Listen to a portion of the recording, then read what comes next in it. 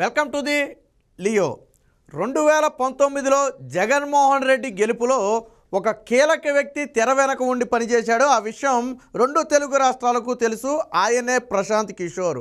దేశవ్యాప్తంగా ప్రముఖ రాజకీయ వ్యూహకర్తలలో ఒకరిగా పేరొందిన ప్రశాంత్ కిషోర్ 2019లో జగన్ రెడ్డిని గెలిపించడం కోసం అనేక డ్రామాలు ఆడాడు, అనేక స్క్రిప్టులు చేశాడు. అవన్నీ మనందరికీ తెలిసిందే. స్టిల్ ఈ రోజుకి ప్రశాంత్ కిషోర్కి చెందిన ఒక బి టీం జగన్మోహన్ రెడ్డికి ఆల్రెడీ పనిచేస్తుంది. ఇప్పటికి కూడా చూడండి, తెలుగుదేశం పార్టీ ట్రోల్ చేస్తుంటుంది. ఏమని? ప్రశాంత్ కిషోర్ ఇచ్చిన స్క్రిప్ట్ చదువుతున్నాడు అని చెప్పి ట్రోల్ చేస్తుంటుంది. అంటే 2019లో జగన్మోహన్ రెడ్డి మాట్లాడిన ఏ మాట కూడా జగన్మోహన్ రెడ్డి నోటి నుంచి మాట్లాడింది కాదు, ప్రశాంత్ కిషోర్ స్క్రిప్ట్ నుంచి మాట్లాడింది. ఆ రోజుల్లో ప్రశాంత్ కిషోర్ నుంచోమంటే జగన్ నుంచున్నాడు, కూర్చోమంటే కూర్చున్నాడు, పడుకోమంటే పడుకున్నాడు. అలా ప్రశాంత్ కిషోర్ చెప్పింది చేశాడు కాబట్టే నాడు విజయం సాధించాడు. గెలిచిన తర్వాత కూడా చాలామంది ట్రోల్ చేశారు, ఇది జగన్మోహన్ రెడ్డి గెలుపు కాదు, ప్రశాంత్ కిషోర్ గెలుపు అని. సో అలాంటి ప్రశాంత్ కిషోర్ ఈరోజు జగన్మోహన్ రెడ్డి ప్రభుత్వం మీద కొన్ని సంచలన వ్యాఖ్యలు చేశారు. అయితే ఇది కొత్త కాదు, గతంలో కూడా ఏపీలో అభివృద్ధి సంక్షేమం ఏమీ లేదు, కేవలం ఉచితాలు మాత్రమే నడుస్తున్నాయి, అది ప్రమాదకరం అని చెప్పి గతంలో కూడా ఒకసారి మాట్లాడారు. ఇప్పుడు తాజాగా హైదరాబాద్లో ఒక కార్యక్రమంలో పాల్గొన్న ప్రశాంత్ కిషోరు, మన హైదరాబాద్ అంటే ఖచ్చితంగా ఏపీ గురించి అడుగుతారు, అందులో 2019లో ఈయన పనిచేసి ఉన్నాడు కాబట్టి. ఆ కార్యక్రమంలో అడిగారు ఒకళ్ళు, ఏంటి సార్ వచ్చే ఎన్నికల్లో వైసీపీ పార్టీ పరిస్థితి ఏంటి, ఏపీలో పరిస్థితులు మీరు చూశారు కదా అని అడిగితే, వచ్చే ఎన్నికల్లో జగన్మోహన్ రెడ్డికి కేసీఆర్కు పట్టిన గతే పడుతుంది, అంటే ఓడిపోబోతున్నాడు. ఓడిపోవటం అనేది చిన్న పదం, ఇక్కడ భారీగా ఓడిపోతున్నాడు అని చాలా స్పష్టంగా బల్లగుద్ది మరీ చెప్పాడు. భారీగా ఓడిపోతున్నాడని. అంటే ఓడిపోవడం అంటే సహజంగా ఓడిపోవడం వేరు, ఏదో ఒక 65 సీట్లు వచ్చో లేకపోతే 50 పైన సీట్లు వచ్చి ఓడిపోవడం వేరు. కానీ భారీగా ఓడిపోబోతున్నాడు అంటే 20 నుంచి 30 లోపు సీట్లు మాత్రమే వైసీపీకి రాబోతున్నాయి, అంటే ఘోరమైన ఓటమిని చవిచూడబోతున్నాడు. ఎవరు చెప్పారు ఈ మాట? గతంలో జగన్మోహన్ రెడ్డికి పనిచేసినటువంటి ప్రశాంత్ కిషోరు, జగన్మోహన్ రెడ్డి అణువు కూడా ప్రశాంత్ కిషోర్కి తెలుసు. జగన్మోహన్ రెడ్డి బలమేంటో తెలుసు, జగన్మోహన్ రెడ్డి బలహీనత ఏంటో తెలుసు, ఆయన చేసే పనులేంటో ప్రశాంత్ కిషోర్కి A to Z అన్నీ తెలుసు. ఎందుకంటే నాడు అలా పనిచేశాడు కాబట్టి. ఎప్పటికీ కూడా ప్రశాంత్ కిషోర్కు చెందిన ఒక టీమే ఆ జగన్మోహన్ రెడ్డి కూడా వర్క్ చేస్తుంది. అయితే అందులో ప్రశాంత్ కిషోర్ డైరెక్ట్గా ఇన్వాల్వ్ అయ్యాడా లేదనేది మనకు సంబంధం లేని విషయం. బట్ ప్రశాంత్ కిషోర్ టీమే ఈ రోజుకి పనిచేస్తుంది. గతంలో కూడా ఐపాక్ టీం ఒక స్టేట్మెంట్ ఇచ్చింది, మేము ఐపాక్ సంస్థ ఇప్పటికీ జగన్మోహన్ రెడ్డితోనే పనిచేస్తుంది, మేము ఏపీలో జగన్మోహన్ రెడ్డి గెలుపు కోసం కృషి చేస్తున్నామని చెప్పి ఒక స్టేట్మెంట్ కూడా ఇచ్చింది. సరే, ఆ స్టేట్మెంట్కి ప్రశాంత్ కిషోర్కి సంబంధం ఉండొచ్చు, లేకపోవచ్చు, అది మనకి టాపిక్ కాదు. ఎందుకని అంటే దానికి కూడా రీజన్ చెప్పాడు, ఏదో నోటితో జోష్యం చెప్పడం కాదు, దానికి ఒక రీజన్ చెప్పాడు. ఎక్కడైనా సరే విద్యావంతులు యువత అందరూ కూడా ఉద్యోగాలు ప్రధానంగా కోరుకుంటారు, అలాగే వారి కాళ్ళ మీద వాళ్ళు నిలబడటానికి అవకాశాలు కావాలని కోరుకుంటారు. అంటే ఫర్ ఎగ్జాంపుల్ సబ్సిడీ మీద లోన్స్ ఇస్తే చిన్న చిన్న ఆ షాపులు కానీ లేదా చిన్న చిన్న బిజినెస్లు ఏదో ఒకటి పెట్టుకుని వాళ్ళ కాళ్ళ మీద వాళ్ళు స్వయంగా నిలబడటానికి అవకాశం ఉంటుంది. గతంలో అలాంటి పరిస్థితి ఉండేది, కానీ ఇప్పుడు లేదు. ఉద్యోగాలు లేవు, ప్రైవేట్ ఉద్యోగాల్లో, ప్రభుత్వ ఉద్యోగాలు అంతకంటే లేవు.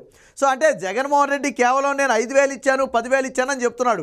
బట్ ఈ రోజుల్లో చదువుకున్న యువత నువ్వు ఇచ్చే 5,000 10,000 కోరుకోవటం లేదు. శాశ్వతంగా వాళ్ళ కాళ్ళ మీద వాళ్ళు నిలబడాలి, వాళ్ళకు ఒక బ్రతుకు తెరువు కావాలి, అది యువత కోరుకునేది.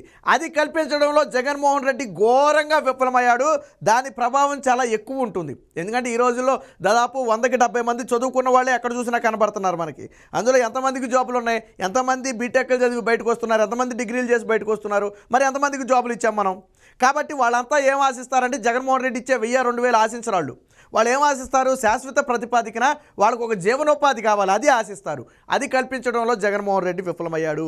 కేవలం ప్యాలెస్లో కూర్చుని నేను బటన్ నొక్కితే పథకాలు వాళ్ళకి చేరితే ఓట్లేస్తారు అనుకుంటే తప్పే. అలా అయితే కేసీఆర్ కూడా పక్కన పథకాలు ఇచ్చాడు. బట్ కేసీఆర్ పతనానికి ప్రధాన కారణం ఏంటంటే యువతకు ఉద్యోగాలు ఇవ్వకపోవడం అనేది ఈరోజు కేసీఆర్ని అక్కడ నిండా ముంచేసింది. సో రేపు అదే గతి ఎవరికి పట్టబోతుంది అంటే యాజ్ ఇట్ ఈజ్గా జగన్మోహన్ రెడ్డికి పట్టబోతుంది. ఇంకా కేసీఆర్ గౌరవప్రదంగా ఓడిపోయాడు, బట్ జగన్మోహన్ రెడ్డి మాత్రం ఘోరంగా ఓడిపోబోతున్నాడని జగన్మోహన్ రెడ్డికి పనిచేసినటువంటి ప్రశాంత్ కిషోర్ ఏదైతే వ్యాఖ్యలు చేశాడో, ఇప్పుడు వైసీపీ నేతల గుండెల్లో రైళ్లు పరిగెట్టే పరిస్థితి. ఒక రకంగా చెప్పాలంటే వాళ్ళ గొంతులో పచ్చి వెలక్కాయి.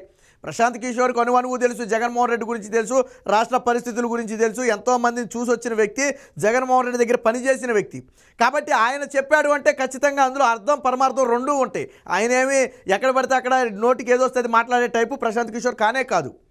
కాబట్టి ప్రశాంత్ కిషోర్ ఇంత బల్లగుద్ది ఘోరంగా ఓడిపోబోతున్నాడు అని చెప్పాడు అంటే ఖచ్చితంగా దాని ఎఫెక్ట్ ఏపీలో ఉండబోతుంది. పరిస్థితులు పూర్తిగా మారిపోయారనేది ఇప్పుడు వైసీపీ నేతల గుండెల్లో రైళ్లు పరిగెట్టించే అంశం. నేను ఒక కార్యక్రమంలో ప్రశాంత్ కిషోర్ మాట్లాడిన మాటలను స్వయంగా ఒకసారి మనం వినే ప్రయత్నం చేద్దాం. సరే ఏనండి, క్లారిటీగా అర్థం అవుతుంది మీకు కూడా. You find it very, very difficult to make a comeback now. You are being elected to do the job which is being more than provider. Some of these leaders, when they start becoming providers, then people made to pay them heavily in the election, and that is what is going to be Jagan. My gut is telling that he's losing big, not losing big. విన్నారు కదా, 2 సార్లు repeat చేశాడు. యువత ఉద్యోగాలు కోరుకుంటారు, అది ఇవ్వటంలో జగన్మోహన్ రెడ్డి విఫలమయ్యాడు. కాబట్టి జగన్మోహన్ రెడ్డి ఓడిపోవడమే కాదు, లూజింగ్ బిగ్ అది కూడా చెప్పాడు. నాట్ లూజింగ్ బిగ్ అని చెప్పాడు. మీరు ఒకసారి రెండోసారి వినండి, కావాలండి మీకు అర్థమవుతుంది. Losing big, not losing big. So విన్నారు కదా, అంటే ఓడిపోవడమే కాదు భారీగా ఓడిపోబోతున్నాడని చెప్పి చాలా స్పష్టంగా చెప్పాడు. దానికి సంబంధించిన వార్త ఒకటి వచ్చింది, ఒకసారి చూద్దాం. సో ఇక్కడ చూడండి, యువత ముఖ్యంగా విద్యావంతులు ఉద్యోగాలు కోరుకుంటారు, ఇతరత్ర ప్రయోజనాలు కాదు. ఉచితాలపైనే జగన్ పూర్తిగా ఆధారపడ్డారు. దీనివల్ల ఆయన గడ్డు పరిస్థితిని ఎదుర్కోబోతున్నారు. మామూలు ఓటమి కాదు, భారీ పరాజయం తప్పదు. ఎవరు చెప్పారు? ప్రశాంత్ కిషోర్ చెప్పారు. జగన్కు భారీ ఓటమే, ఆంధ్రాలో టీడీపీ గెలుపు ఖాయం, ప్రశాంత్ కిషోర్ జోష్యం.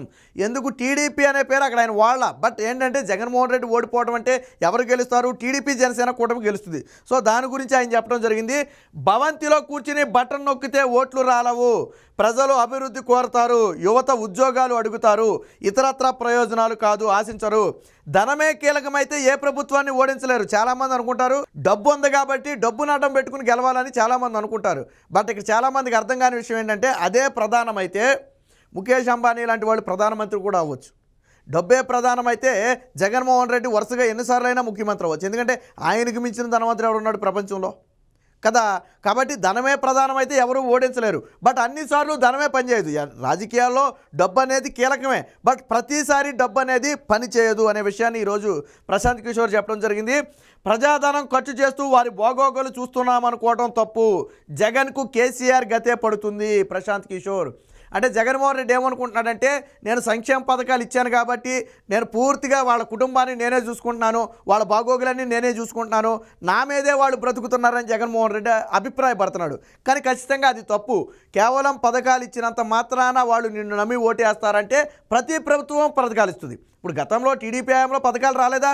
వచ్చాయి కదా.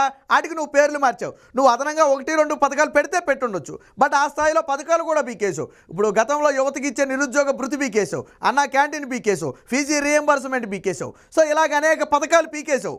వాటి స్థానంలో 1-2 కొత్త పథకాలు పెడితే పెట్టుండొచ్చు. మిగతా పథకాలన్నీ రైతు భరోసా దగ్గర నుంచి మొదలు పెడితే ఆరోగ్యశ్రీ వరకు ఎన్ని పాత పథకాలే కదా, గతం నుంచి కొనసాగుతున్న పథకాలే కదా. కాబట్టి కేవలం పథకాలు ఇస్తేనే గెలుస్తారు అనుకుంటే తప్పు. ప్రజల జీవన ప్రమాణాలు పెంచాలి, వారి కాళ్ళ మీద వాళ్ళు నిలబడేటట్టు అవకాశాలు సృష్టించాలి. ఆ విషయంలో జగన్మోహన్ రెడ్డి పూర్తిగా ఫెయిల్ అయ్యాడు.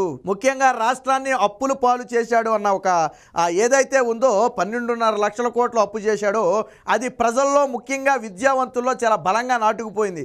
ఈ రోజు కాకపోతే రేపు, రేపు కాకపోతే ఎల్లుండి అయినా సరే అది రాష్ట్ర ప్రజల నెత్తి మీద పడే భారమే తప్ప ఏ నాయకుడి నెత్తి మీద పెట్టుకోడు. ఆ ఉద్దేశంతోనే ఈరోజు అప్పుల కుప్పగా మారిన ఆంధ్రప్రదేశ్ని చూసి చదువుకున్న విద్యావంతులందరూ కూడా భయపడే పరిస్థితి. సో ఇవన్నీ కూడా జగన్మోహన్ రెడ్డి ఓటమికి కారణం కాబోతున్నాయి. ఓటమి కాదు, భారీ ఓటమి. ప్రశాంత్ కిషోర్ చాలా నొక్కి చెప్పాడు అక్కడ ఏమని, నాట్ లూజింగ్ బిగ్ లూజింగ్ అని చెప్పి నొక్కి చెప్పాడు. అంటే జగన్మోహన్ రెడ్డి ఎదుర్కోపోయే ఘోర ఓటమి ఎలా ఉంటుంది అనడానికి ఈరోజు ప్రశాంత్ కిషోర్ మాటలే ఒక ఉదాహరణ. ఏది ఏమైనా జగన్మోహన్ రెడ్డి ప్రభుత్వానికి ఇక కాలం చెల్లింది. వచ్చే ఎన్నికల్లో జగన్మోహన్ రెడ్డిని ఇంటికి పంపాలని చెప్పి ఏపీ ప్రజలైతే దృఢంగా నిశ్చయించుకున్నారని ఈరోజు ప్రశాంత్ కిషోర్ మాటలను బట్టి మనకు అర్థమవుతుంది.